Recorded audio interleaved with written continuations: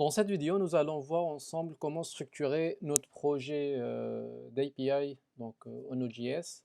Donc, dans la dernière vidéo, nous avons vu ensemble comment mettre en place le projet.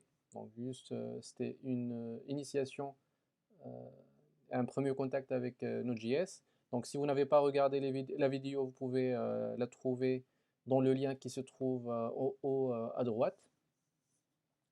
Nous allons avoir besoin d'un dossier qui va s'appeler controllers.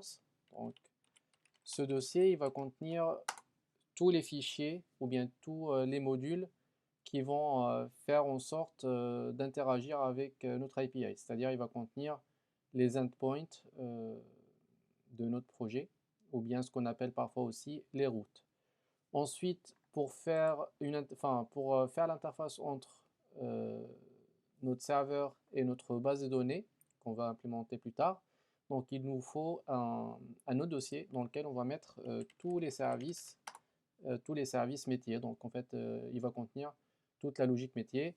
Et en fait, il y a une recommandation pour ne pas mettre de la logique dans les contrôleurs. Donc généralement, les contrôleurs, c'est vraiment une interface, donc elle reçoit les requêtes du client et ensuite elle appelle les services en fait, et après c'est les services qui sont en charge de faire tout le métier. Voilà. Et donc après, pour structurer notre modèle, par exemple en fait dans notre cas, on aura on aura en fait parmi les objets métiers, on aura les catégories, les produits, on peut avoir aussi des clients, des commandes, ainsi de suite. Donc tout ça, enfin, il faut le modéliser. Et donc c'est pour ça que nous allons avoir besoin d'un dossier qu'on va appeler models.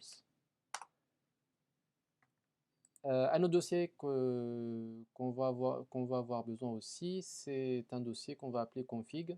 Et là, il va contenir en fait toutes les données statiques de configuration, telles que par exemple des informations de la base de données, euh, après aussi, quelques informations des clés privées, des clés publiques, ainsi de suite. Bon, généralement, les clés privées, donc on les met dans les variables d'environnement, mais après, dans les phases de développement, parfois on les met dans ce dossier. Donc là, on va appeler nos dossiers config.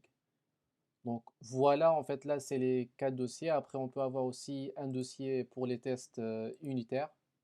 Donc, on peut rajouter aussi un dossier tests, par exemple. Et là, ça va contenir tous les tests unitaires. Donc voilà, en gros, les cinq dossiers principaux dont on va avoir besoin. Après, bon, sachez qu'il y a aussi d'autres structures possibles. Et en fonction de la complexité du projet, on peut toujours avoir d'autres dossiers ou bien d'autres structures possibles. Voilà pour commencer, en fait, nous, sur un projet qui est simple, une structure qui n'est pas très complexe et et qui nous permet en fait d'avoir un projet plus ou moins organisé. Donc voilà, j'espère que cette vidéo vous a plu.